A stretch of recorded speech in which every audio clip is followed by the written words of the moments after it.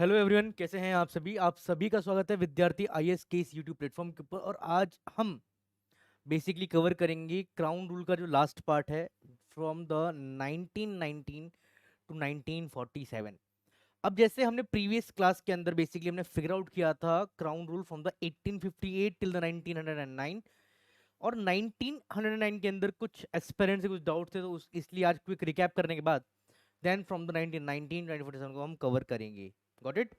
तो मेरा नाम है आशीष कुमार सिंह एंड रिसेंटली मैं अभी डीएसओ पोस्ट पे अभी कार्यरत हूँ यूपी गवर्नमेंट के अंदर। और आप सभी का अगेन फिर से स्वागत है विद्यार्थी आईएएस के यूट्यूब चैनल के ऊपर।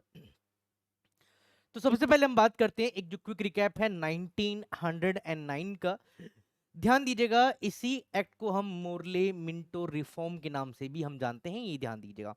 एंड अगेन जब हम बात करते हैं मोरले के बारे में या फिर हम बात करते हैं मिंटो के बारे में, ध्यान दीजिएगा मुरले कौन है यहाँ पर, सेक्रेटरी ऑफ स्टेट है। एंड मिंटो कौन है, मिंटो वॉइस रॉय है। कौन है, वॉइस रॉय है। Secretary of state is directly responsible to the British parliament, ये ध्यान दीजिएगा। किसके लिए रिस्पॉन्सिबल है, ब्रिटिश पार्लियामेंट के लिए रिस्पॉन्सिबल है। एंड वॉइसरॉय किस लिए रिस्पॉन्सिबल है, अगर हम बात करते हैं बेसिकली क्राउन के लिए। क्लियर। मैंने यहाँ रिस्पॉन्सिबल वर्ड यूज किया है, या फिर अगर आप रिप्रेजेंटेटिव भी अगर आप देखें कि जो सेक्रेटरी ऑफ स्टेट है वो ब्रिटिश पार्लियामेंट के रिप्रेजेंटेटिव हैं, एंड जो वॉइसरॉय हैं वो ब्रिटिश क्राउन के रिप्रेजेंटेटिव हैं, ये ध्यान दीजिएगा। क्लियर। और जैसे आप यहाँ पर देख पा रहे हैं, this act is also known as the Morley Minto reform, and Lord Morley was the secretary of state of India, and Lord Minto was then the viceroy of India. Present time में जो काम या जो power British sorry Indian president की है वो same कम उस time viceroy की होती थी, ये ध्यान दीजिएगा। क्लियर। नेक्स्ट अब हम बात करते हैं it provide for the first time, ये ध्यान दीजिएगा, वेरी वेरी इंपॉर्टेंट है। और यहां से क्वेश्चन ऑलरेडी यूपीएससी के अंदर फ्रेम किया जा चुका है। It provide for the first time for the association of Indian with the executive council of the viceroy. Got it, your point? Clear.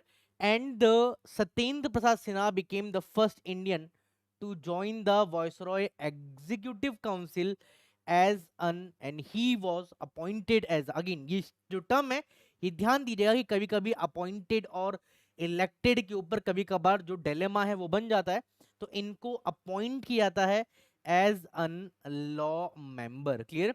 The Satyendra Prasad Sinha became the first Indian, ये term या ये जो लाइन है ये बहुत इंपॉर्टेंट है, और ये यूपीएससी एग्जाम के अंदर मल्टीपल टाइम रिपीट भी किया जा चुका है। क्लियर। ज्वाइन करते हैं वॉइसरॉय की एग्जीक्यूटिव काउंसिल को। और अगेन ये जो टर्म है ये ध्यान दीजिए, जब हम यूज करते हैं द वर्ड अपॉइंटेड और इलेक्टेड, और इवन जब हम बात करते हैं मॉक टेस्ट की, तो जितनी भी रेस्पेक्टिव जो इंस्टीट्यूट्स हैं वहां पर भी कभी कभार ये जो ब्लफ करने का जो कंसर्न है ये यूपीएससी में भी है, और इवन अगर आप मॉक टेस्ट दे रहे हैं तो आपको दिख जाएगा। तो यहाँ पर स्टेटमेंट आती है कि he was elected as a law member, but he was appointed as the law member. Very very important, ये जरूर ध्यान दीजिएगा आप।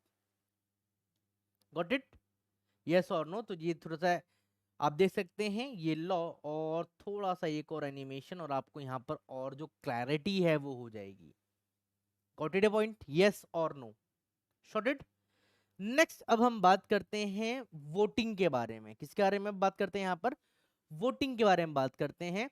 It introduce a system of the communal representation for the Muslim accepting the concept of the separate electorate. अगर थोड़ा सा ना हम यहाँ पर देखें कि जो पाकिस्तान या फिर जो टू नेशन थ्योरी है, अब थोड़ा बैकग्राउंड देख लेते हैं, क्या समझना है यहाँ पर। ठीक है। अगर आप देखें कि 1905 में क्या होता है, बंगाल का पार्टीशन होता है, यस और नो। क्लियर। और बंगाल को बेसिकली अगर हम देखें कि जो कर्जन ने दिया था कि बहुत बड़ा एक एरिया है, इसको एडमिनिस्टर करने में दिक्कतें आ रही हैं, इसलिए बाइफरकेट कर रहे हैं, दो पार्ट के अंदर बाइफरकेट कर रहे हैं। बट एग्जैक्टली देखें कि जो नेशनलिज्म की जो भावना थी वो बंगाल से ज्यादा हो रही थी। हिंदू और मुस्लिम की यूनिटी को ब्रेक डाउन करने यहाँ पर कंसर्न था।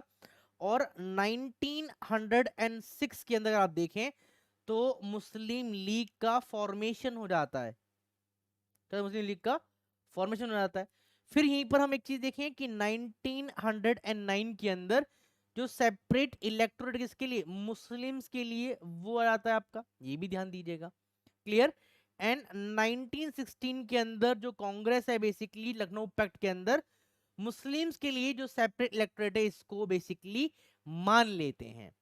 तो ये कहीं ना कहीं अगर हम देखें कि बैकग्राउंड के अंदर जो ये टू नेशन थ्योरी, ये जो पाकिस्तान फॉर्मेशन है, वो कहीं ना कहीं हम यहाँ पर देखने के लिए मिल जाता है। और ध्यान दीजिएगा 1909 के काउंसिल एक्ट के अंदर ही सेपरेट इलेक्टोरेट फॉर मुस्लिम या फिर जो कम्युनल रिप्रेजेंटेशन फॉर मुस्लिम आया था, ये ध्यान दीजिएगा, वेरी वेरी इंपॉर्टेंट। क्लियर। और ये ऑलरेडी रिपीट किया जा चुका है। गॉट इट, यस और नो बताइए।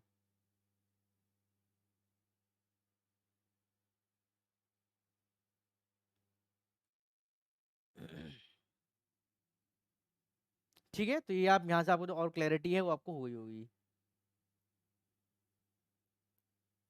क्लियर। फिर यहीं पर हम बात करते हैं कि जो बेसिकली लेजिस्लेटिव काउंसिल है, एक और पॉइंट में लिख देते हैं यहाँ पर। क्लियर।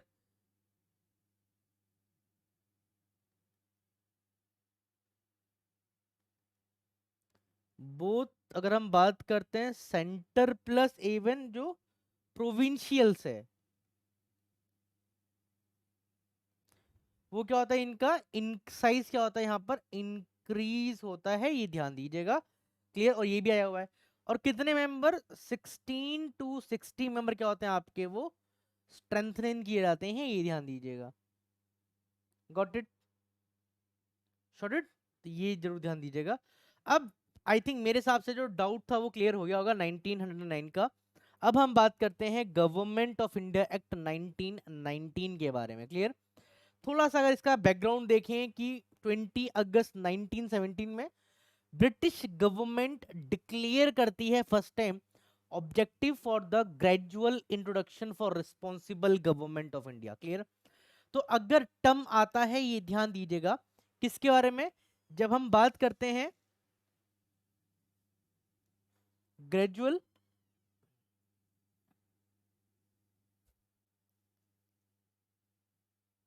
इंट्रोडक्शन ऑफ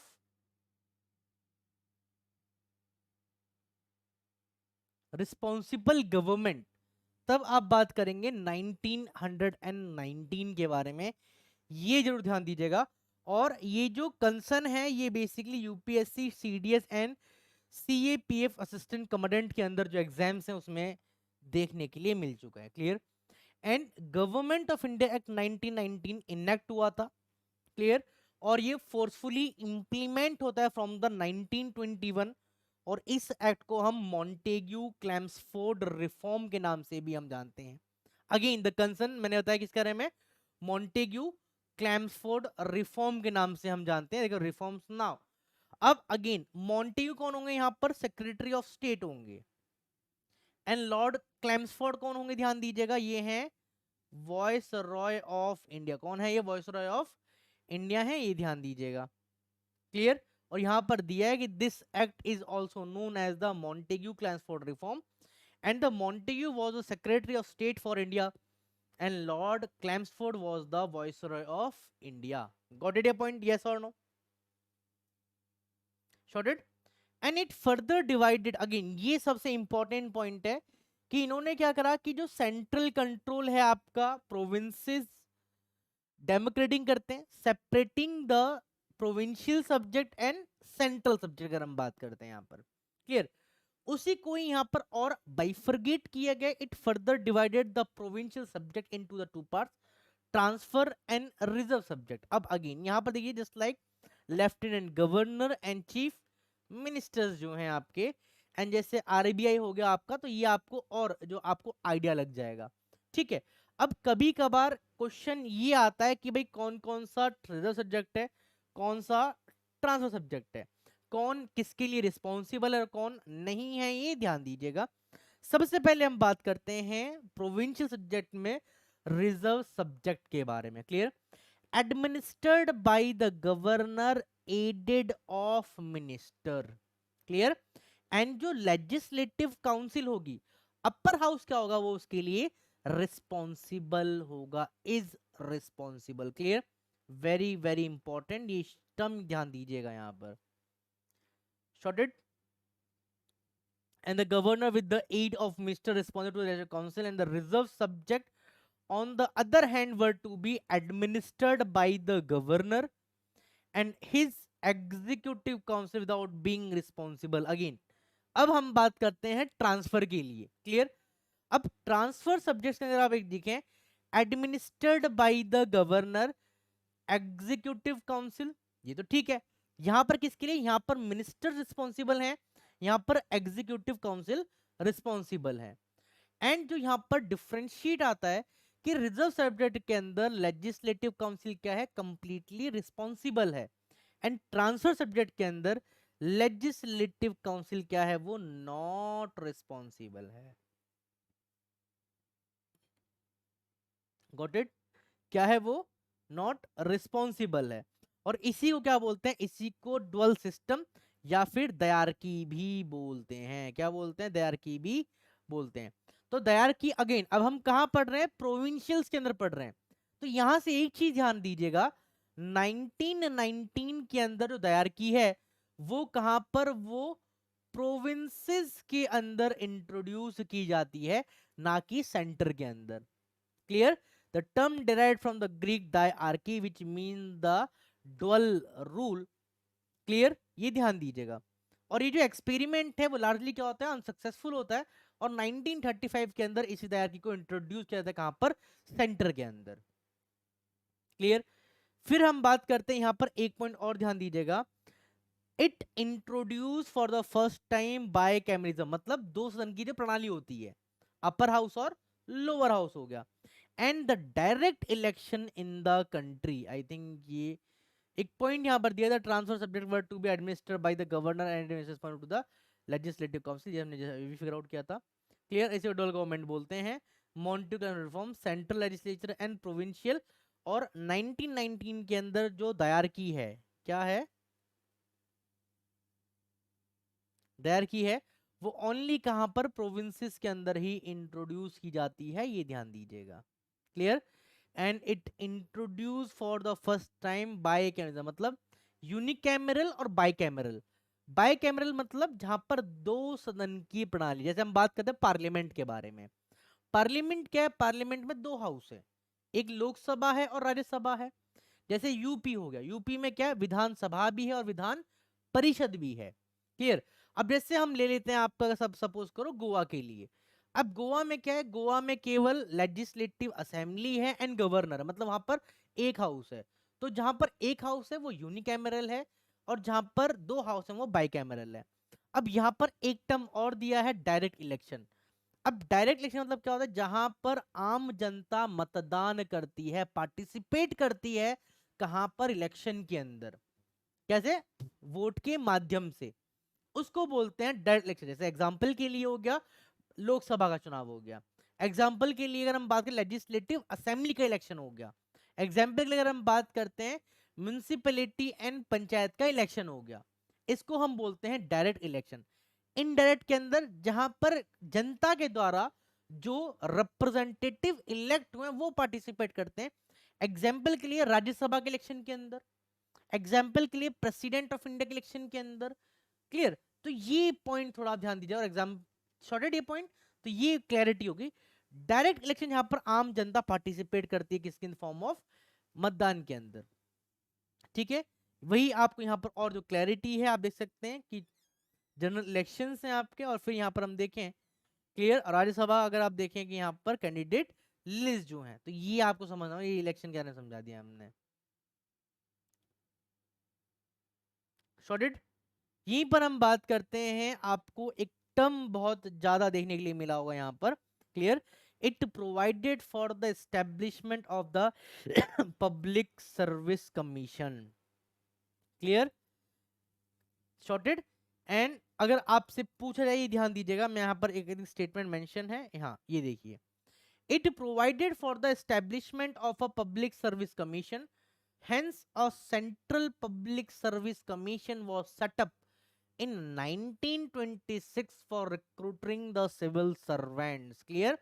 Again, अब यहां पर केवल अगर आप देखें कि ये क्वेश्चन ऑलरेडी यूपीएससी एग्जाम के अंदर आ चुका है, इसके यूपीएससी एग्जाम के अंदर आ चुका है।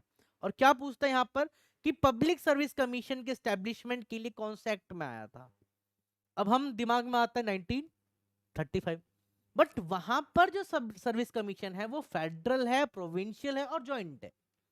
यहां पर जो दिया है वो है आपका पब्लिक सर्विस कमीशन। अगेन अब मैं फिर समझा रहा हूं, अगर क्वेश्चन की रिक्वायरमेंट है कि पीएससी कब आया था, पब्लिक सर्विस कमीशन, तब आप बताएंगे कब आया था, बेसिकली 1919 के अंदर आया था। अगर पूछ रहा है आपसे कि फेडरल पब्लिक सर्विस कमीशन या फिर प्रोविंशियल पब्लिक सर्विस कमीशन या फिर जॉइंट पब्लिक सर्विस कमीशन कब आया है, तब आप बताएंगे इसे कि वो गवर्नमेंट ऑफ इंडिया एक्ट 1935 के अंदर आया था। क्लैरिटी हुई, यस और नो? शॉर्टेड। अब आप देख सकते हैं यहीं पर हम बात करते हैं कि बजट के अंदर भी यहां पर डिफरेंशिएट किया गया था। It separate for the first time provincial budget from the central budget. Clear? And authorise the provincial legislature to enact their. अब तक क्या था कि केंद्र सरकार का और राज्य सरकार का एक ही बजट पेश होता था। 1919 के अंदर क्या हो गया कि प्रोविंशियल जैसे प्रांतीय या फिर अगर हम बात करते हैं राज्य का जो बजट आता है वो अलग आ गया और केंद्र जो बजट आ गया वो अलग हो गया। वेरी वेरी इंपॉर्टेंट, ये ध्यान दीजिएगा। इसलिए आपको यहाँ पर इमेज के तो मैंने ट्राई किया है कि उत्तर प्रदेश बजट अलग आएगा और जो केंद्र का बजट अलग आएगा। Got it? तो इमेजेस से आपको और जो क्लैरिटी है वो आपको और अच्छे से हो जाएगी, तो ये ध्यान दीजिएगा। Got it? Or it provided for the appointment the statutory commission for the inquiry into the report on working after the coming into forces। ये भी ध्यान दीजिएगा। क्लियर? अब थोड़ा सा यहाँ पर एक बार हम क्या करते हैं, बेसिकली जो समरी है वो देख लेते हैं। कब इनएक्ट हुआ? 1919। पर्पस क्या है आप बात करते हैं, gradually increasing the Indian participation in the governance. Clear? की प्रोविजन क्या होते हैं, दयारकी को इंट्रोड्यूस करते हैं कहां पर, प्रोविंशियल। अगर आप देखें थोड़ा सा जो हिंदी भाषी को देख रहे हैं तो राज्य के अंदर। Divided provincial subject into transfer and reserve. Again हमने देखा कि किसके लिए मिनिस्टर रिस्पॉन्सिबल है, किसके लिए काउंसिल रिस्पॉन्सिबल नहीं है। Establish the bicameral legislature to centre with the creation of council of state and legislative assembly. ये ध्यान दीजिएगा। Expanding the legislative council in the both centre and provincial levels. Dyarchy में अब देखिए यहां से पता चल जाएगा, जैसे पूछा गया कि एजुकेशन कौन से सब्जेक्ट के अंदर था, हेल्थ कौन से सब्जेक्ट के अंदर था एंड एग्रीकल्चर कौन से सब्जेक्ट के अंदर था, तो वो थे transfer subject. Administered by the Indian minister responsible to the legislative council. अब हम बात करते हैं रिजर्व के लिए, जैसे पुलिस हो गया, रेवेन्यू हो गया, इरिगेशन हो गया, were administered by the governor and his executive council. Very very important, ये ध्यान दीजिएगा। फिर हम बात करते हैं इंडियन रिप्रेजेंटेशन, ने भी बात करी थी कि इंडियन का जो रिप्रेजेंटेशन है वो क्या होता है, इंक्रीज होता है इन the legislative council through the direct election. Structure क्या होता है, council of state upper house है, लेजिस्लेटिव क्या लोअर हाउस है, and provincial legislative council were increase elected Indian representation. Elected, again यहां पर मैं क्या बात करी थी, डायरेक्ट इलेक्शन के बारे में। तो ये चीजों को ना आप लिंक करना स्टार्ट करेंगे तो आपको और जो क्लैरिटी है वो और हो जाएगी। यस और नो बताइए।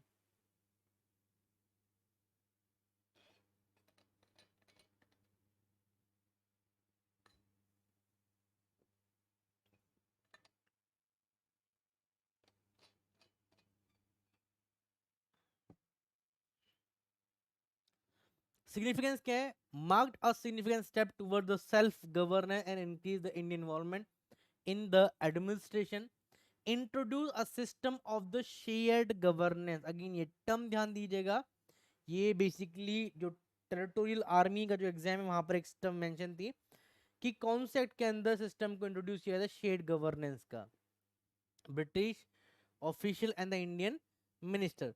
इम्पैक्ट ऑन गवर्नेंस क्या था, enacted the role of Indian representative in the legislative process and administration and strengthen the demand for further reform and greater self government among Indians. यहीं पर मैं एक पॉइंट और हम शायद यहाँ पर मिस कर चुके हैं, यहाँ पर ध्यान दीजिएगा। यहाँ पर भी जो सेपरेट इलेक्टोरेट है वो आता है सिख के लिए, क्रिश्चियन के लिए और एंग्लो इंडियंस के लिए। ध्यान दीजिएगा, ये भी इंपॉर्टेंट है और यूपीएससी एग्जाम में आ चुका है। सॉर्टेड। यहीं पर हम बात करते हैं, it created a new office of high commissioner. ये तो एक पॉइंट हो गया, क्लियर। जो यूपीएससी में फैक्ट आए हैं बट रेयर आए हैं, फिर भी हम लिख लेते हैं आपका, clear.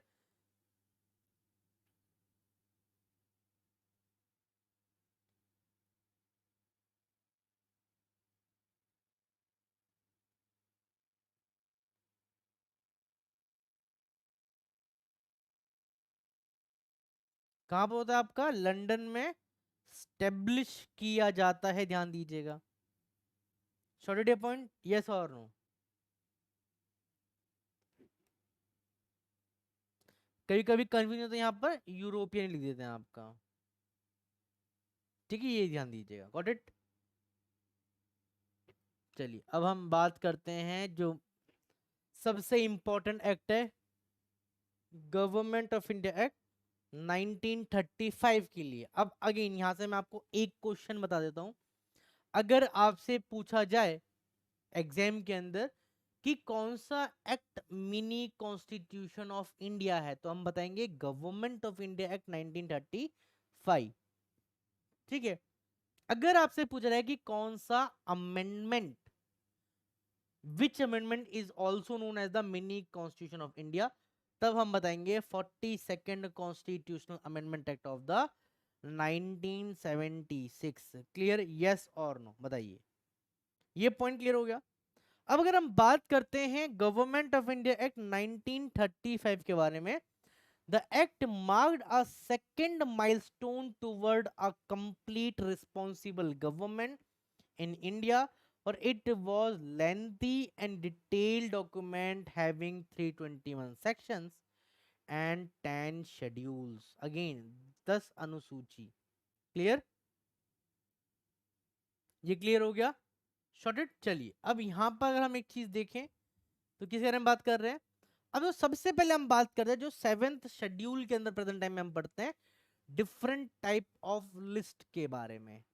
Clear, the act divided the power between the center and unit in term of the three list, federal list centre, federal centre के लिए जिसमें 59 आइटम है, प्रोविंशियल लिस्ट जो प्रांतीय अनुसूची है आपका जिसमें कितने 54 आइटम है, एंड कंकरेंट लिस्ट जो बोथ 36 आइटम है। अब यहाँ पर समझना कि इनमें अंतर क्या है, यहाँ पर समझते हैं डिफरेंसेस क्या है। जैसे हम बात करते हैं यूनियन लिस्ट के बारे में, यूनियन लिस्ट में केवल जो सेंट्रल गवर्नमेंट है उसके पास पावर है लॉ बनाने की।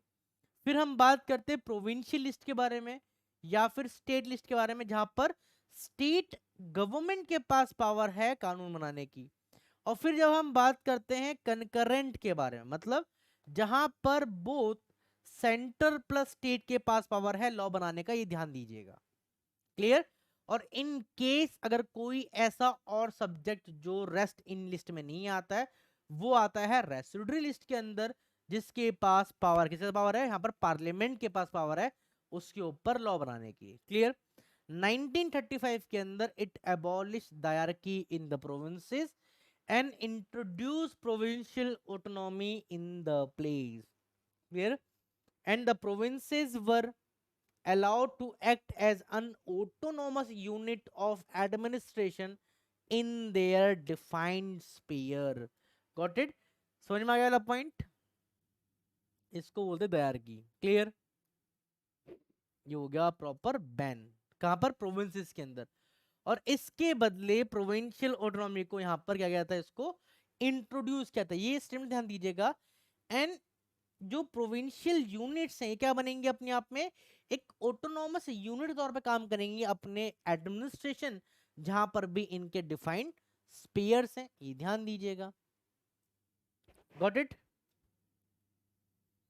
अब 6 स्टेट के अंदर बेसिकली अगर हम बात करते हैं तो विधान परिषद है, ये भी ध्यान दीजिएगा। क्लियर। और अगर हम देखें कि it provided adoption of dyarchy at the centre and federal subject also divided into the river subject and transfer subject, however this provinces या this provision of the act did not come into operational at all. Clear. And it introduce the bicameralism in 6 out of 11 provinces, और वो है आपका Bengal, Bombay, Madras, Bihar, Assam and the united province. United province वही जिसको आज हम उत्तर प्रदेश के नाम से हम जानते हैं। और बाइकैमरिज्म में मतलब it were made bicameral consist of legislative council, upper house and the legislative assembly as the lower house. Got it? And it further extended the principle of the camel representation by providing the separate electorate for the Muslims, for the depressed, not the Muslim, depressed caste, scheduled caste, women and labor, and it extended the franchises, ये भी ध्यान दीजिएगा। Clear. Labours workers है आपका schedule का, again ST नहीं है यहाँ पर, एससी है, और वुमेन से ही ध्यान दीजिएगा। क्लियर। शॉर्टेड, यस और नो?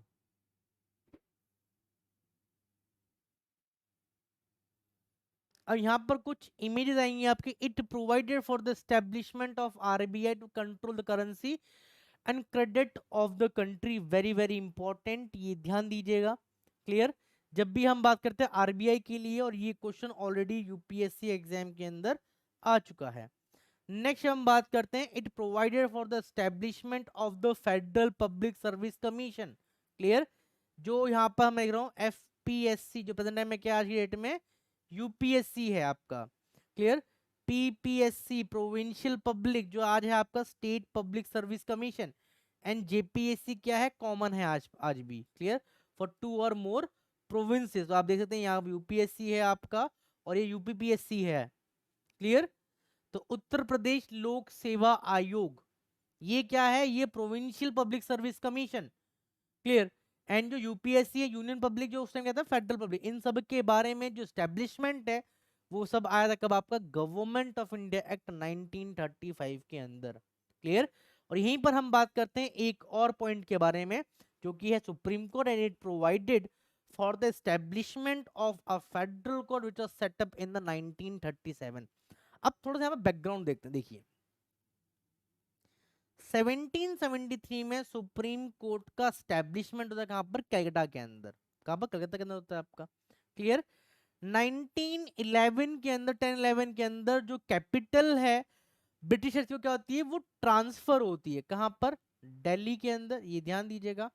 तो 1935 के एक्ट के अंदर सुप्रीम कोर्ट का जो स्टैब्लिशमेंट है आपका, या जो फेडरल कोर्ट है, इसके स्टैब्लिशमेंट के बारे में हम बात करते हैं कहां पर, दिल्ली के अंदर। एंड 28 ऑफ जनवरी 1950 को सुप्रीम कोर्ट का स्टैब्लिशमेंट फिर से होता है कहां पर, दिल्ली के अंदर, एज एन इंडिपेंडेंट कंट्री के अंदर। Got it. सॉर्टेड। तो यहीं पे अगर हम बात कर लेते हैं जो क्या इसका पूरा जो समरी है, इनेक्ट हुआ था 35 के अंदर। पर्पस क्या था, to provide a new constitutional framework for India, aiming to establish a more autonomous government, introduce a federal structure with the provincial autonomy, create a bicameral federal legislature consisting of council of state upper house and the federal assembly lower house. Clear. Introduce provincial legislative assembly which had substantial number of elected representatives, extend the principle of communal representation and introduce separate electorate for Sikh, Indian Christian and Anglo-Indian and European. Establish the federal code in India.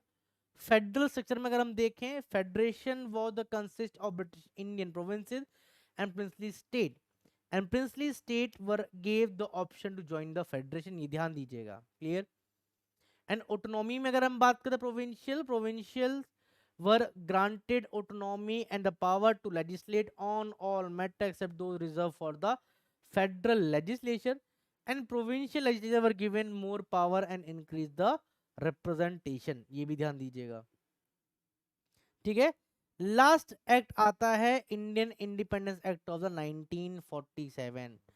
On the February 20, 1947, the British Prime Minister Clement Attlee declared that the British rule in India would end by the June 30, 1940, and after which the power would be transferred to the responsible Indian hand, clear।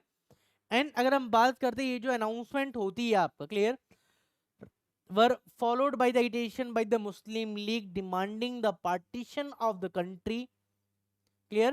Again on the June 3, 1947, British government made it clear that the any constitution framed by the Assembly of India formed in 1946 cannot apply to those part of the country which were unwilling to accept it। क्योंकि हम बात करते हैं, आपने देखा कि British India and provincial states के नाम बाय पर बाइफरगेट होता है। ब्रिटिश इंडिया जहां पर ब्रिटिशर्स डायरेक्ट गवर्न कर रहे हैं, and provincial princely state basically वो यहाँ पे जो under the flagship of the British crown rule कर रहे हैं। प्रिंसली स्टेट के हाथ में तीन ऑप्शन थे, या तो वो इंडिया को ज्वाइन करें, या वो पाकिस्तान को ज्वाइन करें, या फिर वो इंडिपेंडेंट रहे। इसीलिए यहाँ पे क्लियर है आपका, द ब्रिटिश गवर्नमेंट क्या बोलती है कि वो क्लियर कर देगी कि कॉन्स्टिट्यूशन जो फ्रेम होता है बाय द कॉन्स्टिट्यूएंट असेंबली जो फ्रेम हुई थी 1946 के अंदर, इन केस अगर कोई पार्ट अनविलिंग है, अगर इच्छा नहीं है इंडिया को ज्वाइन करने के लिए, तो उस पर वो लागू नहीं होगा, क्लियर, वही पॉइंट है।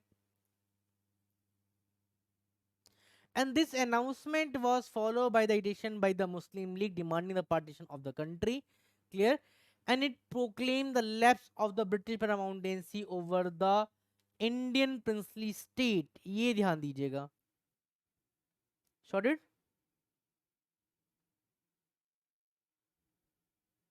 और ये आप देख सकते हैं यहाँ पर, क्लियर।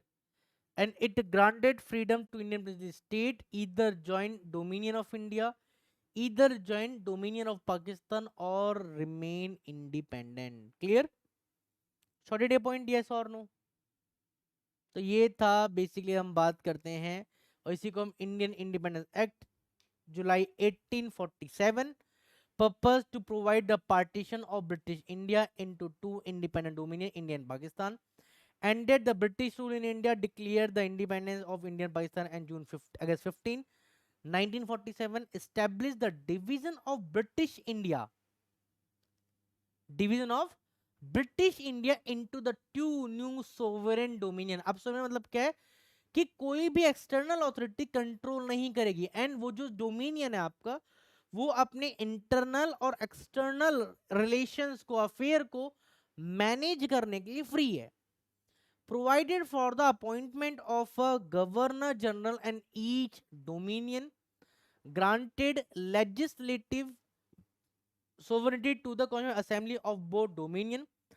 पार्टीशन के बारे में बात करते हैं, outline the boundaries of two new dominion including the division of Punjab and Bengal, establish the role of boundary commission, demarcated the borders and governance के बारे में बात करते हैं, allow each dominion to adopt its constitution and governance structure, got it. अब impact क्या आता है गवर्नेंस के अंदर, जो कॉलोनियल रूल था वो एंड होता है, एंड इंडिपेंडेंट गवर्नेंस इंडिया और पाकिस्तान स्टार्ट हो जाता है, टू न्यू सोवरेन नेशन बनते हैं with their own government and own legal system. Significance के बारे में हम बात करते हैं, तो initiate the process of nation building, very very important, and constitutional development in both India and Pakistan, symbolize the culmination of the Indian independence movement and end of the British colonial rule, and further development अगर देखें तो set the stage of the framing the Constitution of India which was adopted on January 26, 1950। क्योंकि ये जो part है इसको हम next class में करेंगे, जो आता है आपका making of the Indian constitution, making of the Indian constitution, clear. तो ये था पूरा historical background of Indian constitution. उम्मीद करता हूँ यहाँ तक किसी प्रकार कोई भी डाउट नहीं होगा। इन केस कोई भी डाउट है तो आप कमेंट सेक्शन में पिन कर सकते हैं। बहुत जल्द ही विद्यार्थी आईएएस का ऐप भी लॉन्च होने वाला है with the study material and mock test, तो वो आपको बहुत हेल्प करने वाला है। इसी के साथ चैनल पर नए आए हैं सब्सक्राइब जरूर करें, बेल आइकन जरूर दबाइएगा फॉर द लेटेस्ट अपडेट। जब तक के लिए जय हिंद जय भारत।